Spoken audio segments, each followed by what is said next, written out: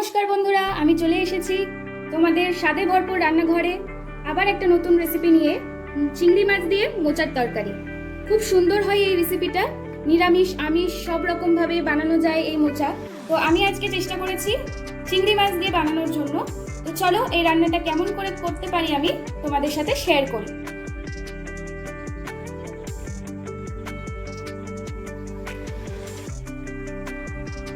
তো চলো স্টার্ট করা যাক। মোচাটাকে ছাড়ানো কিভাবে ছাড়াতে হয় একবার দেখিয়ে দিই তোমাদেরকে।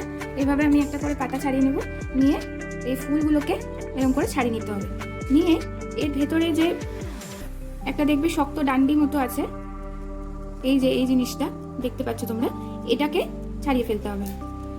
এই ছাড়িয়ে নিলাম। আর উপরেই একটা ছোট্ট পাতার মতো থাকে, ওটাকেও এইভাবে ছাড়িয়ে নিতে হবে। দেখতে পাচ্ছ কিভাবে ছাড়ালাম, এরকম ভাবে থাকবে। এই দুটো জিনিসকে ছাড়িয়ে ফেলতে হবে। এটাকে এবার আমি এই হলুদ জলের মধ্যে হলুদ দিয়ে রেখেছি, এই হলুদ জলের মধ্যে আমি এটাকে দিয়ে দেবো। এরকম করে আমি সবগুলোকে ছাড়িয়ে নেবো একটা একটা করে। দেখতে পাচ্ছ এইভাবে শক্ত যে ডান্ডাটা আছে এটাকে ছাড়িয়ে ফেলতে হবে, এই পাতাটা আর ডান্ডাটা এইভাবে ছাড়িয়ে সবগুলোকে আমি ছাড়িয়ে নিয়ে তারপরে এগুলোকে চপিং করতে হবে। দেখতে পাচ্ছ খুব ইজিলি ছাড়ানো হয়ে যায়, একটু টাইম টেকে কিন্তু হয়ে যায়। আর অলওয়েজ যখন তোমরা এই মোচা ছাড়াবে তখন একটু সর্ষের তেল ইউজ করবে, হাতের মধ্যে একটু সর্ষের তেল মেখে নিয়ে তারপরে মোচা ছাড়াবে। কারণ মোচার মধ্যে প্রচুর পরিমাণে আয়রন থাকে, যার ফলে ওটার থেকে একটা কষ বেরোয়, যেটা হাতে লাগলে কালো হয়ে যেতে পারে। তো সবসময় তোমরা একটু তেল হাতে মেখে নিয়ে তারপরে মোচাটাকে ছাড়ানোর চেষ্টা করবে, তাহলে হাতের মধ্যে আর কষটা লাগার ভয় থাকবে না তোমাদের। তাই সবসময় তেলটা ইউজ করে নেবে। তো চলো মোচাগুলোকে আমি কেটে নিয়ে আবার আসছি ফিরে রান্নায়। চলো দেখতে পাচ্ছ আমি মোচাটাকে ছাড়িয়ে নিয়ে একদম কুচো কুচো করে কেটে নিয়েছি, আর জলের মধ্যে ভিজিয়ে রেখেছি, যেহেতু এটা কষ ওঠে তো সেই জন্য আমি জলের মধ্যে ভিজিয়ে রেখেছি। এরপরে আমি এটাকে জল থেকে ছেঁকে নিয়ে তারপর প্রেসার কুকারে দিয়ে সিটি দিয়ে নেবো দুটো। তো চলো জলটা ঝারিয়ে নিই।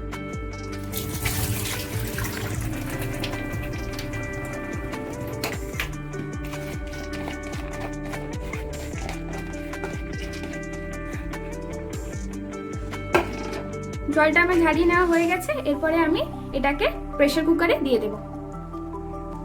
চলো প্রেসার কুকারে আমি দিয়ে দিই মোচাটাকে, দিয়ে এটাকে আমি একটু নুন আর হলুদ দিয়ে সেদ্ধ করে নেব অল্প করে। দুটো সিটি দিলেই হয়ে যাবে।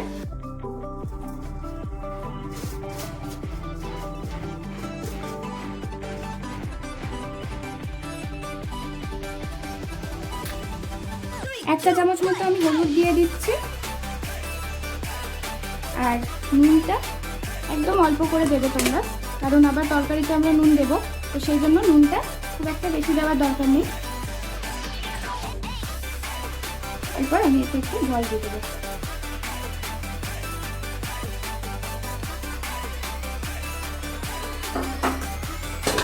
প্রেসার কুকারটা বন্ধ করে আমরা দুটো সিটি দিয়ে নেব।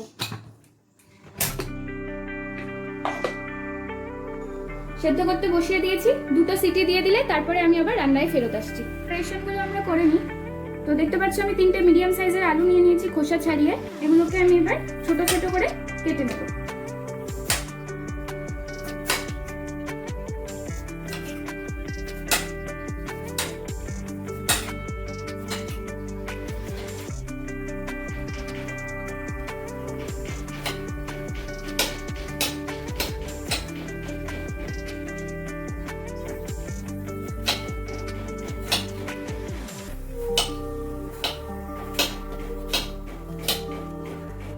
কেটে আমি ধুয়ে নিয়েছি। আমি যেহেতু আজকে একটু চিংড়ি মাছ দিয়ে করবো, তাই চিংড়ি মাছগুলো কেটে আমি নুন হলুদ মাখিয়ে রেখে দিয়েছি। অল্প একটু টমেটো নিয়েছি, একটা বড় সাইজের টমেটো আমি কেটে কুচিয়ে রেখেছি। আর একটু অল্প পরিমাণে নারকেল দেবো, আমি নারকেলটাকেও বেটে রেখেছি। তোমরা চাইলে কুড়িয়েও নিতে পারো, যেহেতু আমার কাছে কুড়ানি নেই সেই জন্য আমি মিক্সিতে কেটে কেটে ছোটো করে গুঁড়িয়ে রেখেছি শুকনো করে। আর অল্প একটু আদা লাগবে আমার, আদাটাকে আমি খোসা ছাড়িয়ে রেখেছি, আমি এটাকে একটু পেস্ট করে নেব। আদাটাকে আমি একটু বেটে নিয়েছি। দেখো সুন্দর করে আমার মোচাটা সেদ্ধ হয়ে গেছে, সুন্দর করে মোচাটা আমার সেদ্ধ হয়ে গেছে। এরপরে আমি মোচা থেকে জলটাকে ছাড়িয়ে রেখে দেবো, পরে যদি আমার সেই জলটা আবার কাজে লাগে তরকারিতে তখন আমি সেই জলটা অ্যাড করতে পারবো। জলটাকে আমি ঝারিয়ে রেখেছি। নেক্সট আমি কড়াই বসিয়ে দিয়েছি গ্যাসে, আমি এবার আলুগুলোকে একটু ভেজে নেবো হালকা করে। 2 টেবিল চামচ মতো আমি তেল দিয়ে দিয়েছি। দেওয়ার পরে তেলটা গরম হলে আমি আলুটা ভেজে নেব। তেলটা আমার সুন্দর করে গরম হয়ে গেছে। এরপরে আমি এর মধ্যে আলুগুলোকে ছেড়ে দেব। এই মোচার তরকারি কিন্তু নিরামিষ খেতেও খুব ভালো লাগে। তো তোমরা যদি চাও নিরামিষ মোচার তরকারির রেসিপি, তাহলে আমি আবার একদিন মোচার নিরামিষ তরকারি বানিয়ে তোমাদের দেখাবো।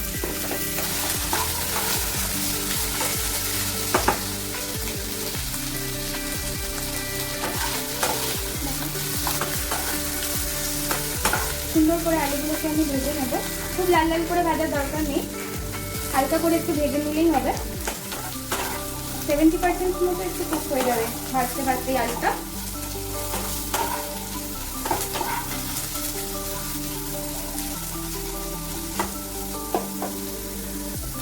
ভাজা হয়ে গেছে, এবার এগুলোকে আমি তুলে নেব।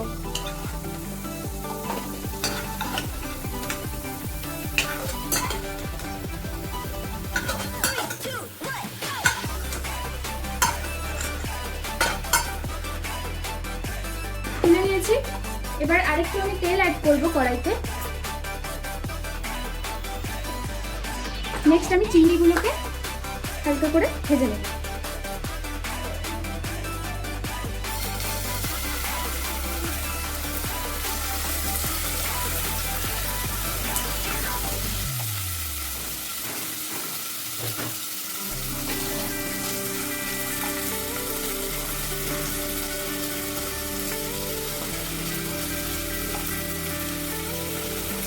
হালকা করে ভাজতে হবে চিংড়িগুলো, তাহলে একটু জুসি ফ্লেভারটা থাকবে, জুসি ব্যাপারটা থাকবে।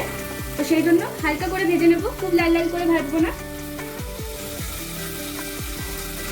চিংড়িগুলো আমার ভাজা হয়ে গেছে। এরপর আমি চিংড়ি মাছগুলোকে তুলে নেব এক এক করে।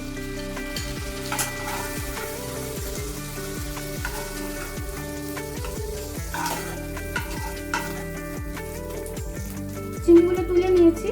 এবার ওই কড়াইতেই আমি আবার একটু তেল অ্যাড করব।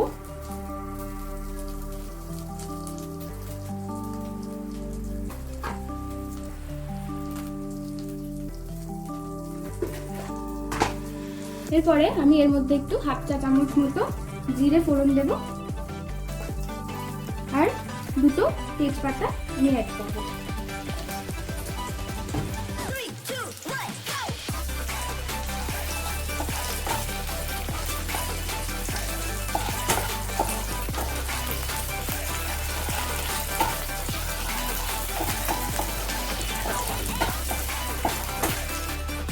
ফোড়নটা আমার সুন্দর করে একটা স্মেল আসছে ভাজা হয়ে। আমি এরপরে এর মধ্যে আদা বাটাটা অ্যাড করব।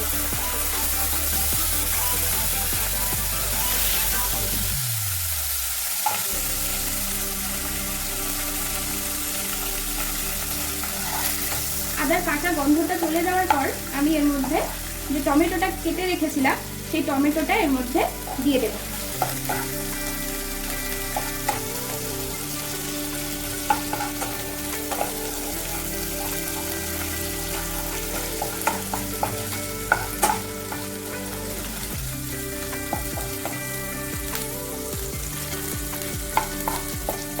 আদাটা আমার ভাজা হয়ে গেছে। এরপরে আমি এর মধ্যে টমেটোটা অ্যাড করে দেব।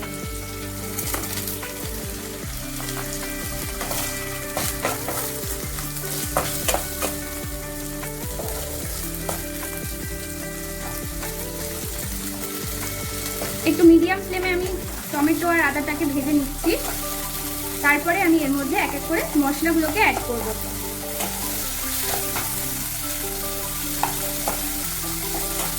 খুব হাই ফ্লেমে দেবে না, তাহলে আদাটা পুড়ে যেতে পারে। তো সেই জন্য একদম মিডিয়াম ফ্লেমে রেখে টমেটো আর আদাটাকে একটু ভেজে নিতে হবে। যেহেতু আমি মোচার মধ্যে একটু হলুদ গুঁড়ো দিয়ে সেদ্ধ করেছি, তাই 1/2 চা চামচ মতো আমি হলুদ অ্যাড করছি, আর 1 চা চামচ লঙ্কা গুঁড়ো। ঝালটা তোমরা তোমাদের স্বাদ মতো দেবে। আমি যেহেতু কম ঝাল খাই তাই আমি কম ঝালটা দিলাম। 1 চা চামচ মতো ধনে গুঁড়ো আর 1 চা চামচ জিরে গুঁড়ো আমি অ্যাড করব। মশলাগুলো দেওয়ার সময় একদম আঁচটাকে কমিয়ে রাখবে, যাতে মশলাগুলো পুড়ে না যায়।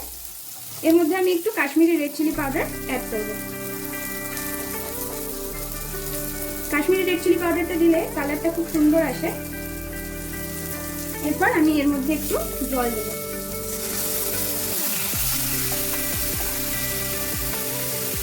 দিয়ে মশলাগুলোকে আমি সুন্দর করে কষিয়ে নেব। যতক্ষণে মশলাগুলো থেকে তেল ছেড়ে যাচ্ছে ততক্ষণ মশলাটাকে কষিয়ে নিতে হবে। মশলাটা থেকে আমার সুন্দর করে দেখো সাইড দিয়ে তেল বেরিয়ে গেছে। এরপরে আমি এর মধ্যে আলুগুলোকে অ্যাড করে দেবো।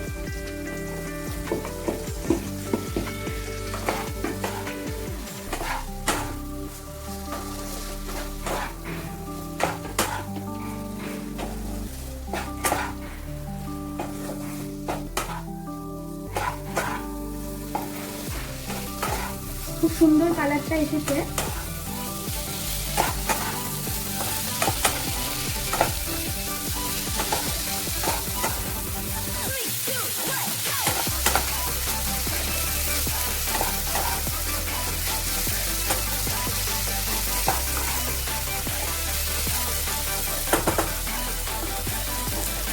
নেক্সট আমি এর মধ্যে মোচাটাকে দিয়ে দেবো।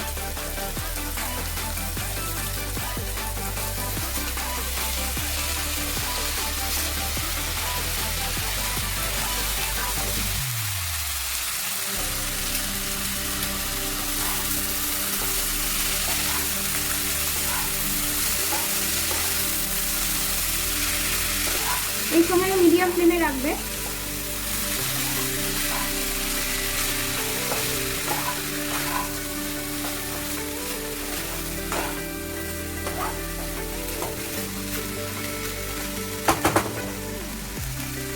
নেক্সট আমি এর মধ্যে যে নারকেলটা কুড়িয়ে রেখেছিলাম সেই নারকেলটাকে অ্যাড করে দেবো।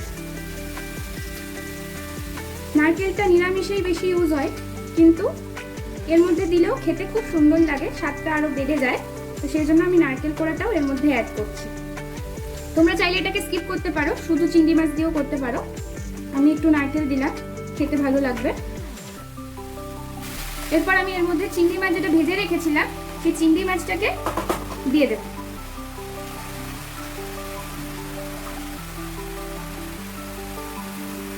আবার একটু ভালো করে মিক্স করে নেব।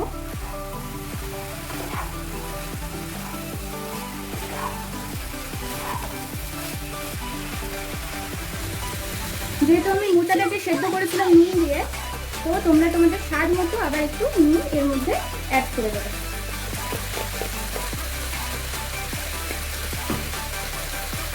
আবার এটাকে ভালো করে একটু মিক্স করে আমি যে মোচা সেদ্ধ জলটা রেখেছিলাম সেই জলটা এর মধ্যে দিয়ে আমি ঢাকা দিয়ে এটাকে ফুটতে দেবো। স্বাদটাকে ব্যালেন্স করার জন্য এর মধ্যে আমি একটু চিনি অ্যাড করছি। চিনিটা দিলে একটু টেস্টটাও সুন্দর হয় আর স্বাদটাও ব্যালেন্স হয়ে যায়। মোচা সেদ্ধ জলটা এর মধ্যে দিয়ে দিলাম। এটা থেকে একটু জল বেরোবেও। মোচা সেদ্ধ জলটা আমি অ্যাড করে এটাকে এবার চাপা দিয়ে দেবো।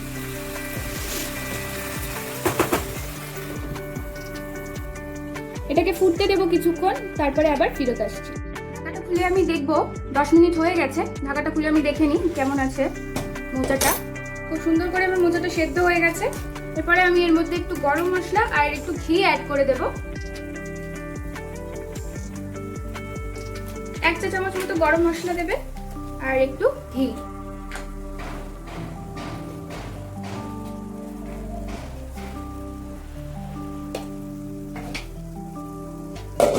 দিয়ে আমি এটাকে একটু মিক্স করে দেব।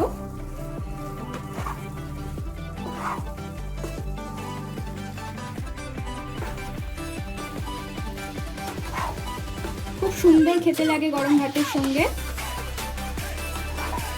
এই মোচার তরকারিতে ভীষণ পরিমাণে আয়রন থাকে। যাদের হিমোগ্লোবিন কম তারা এই মোচা থোর এইসব রান্না করে খেতে পারো, খুব ভালো উপকার পাওয়া যায়। তোমরা যদি চাও মোচার অন্য অন্য রেসিপি, আমি আবার তোমাদের রেসিপি বানিয়ে দেখিয়ে দেবো। কমেন্টের মাধ্যমে আমাকে জানিও তোমাদের আর কি মোচার রেসিপি লাগবে, আমি তাহলে সেই রেসিপিগুলো বানিয়ে তোমাদের দেখাবো। তো চলো, আমার মোচা রেডি। আমি এবার এটাকে সার্ভ করব। এবার আমি এটাকে তুলে নেব।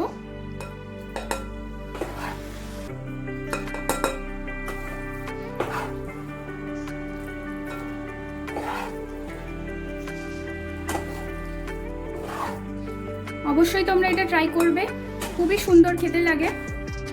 ট্রাই করে আমাকে কমেন্ট করে জানাবে কেমন হলো রান্নাটা।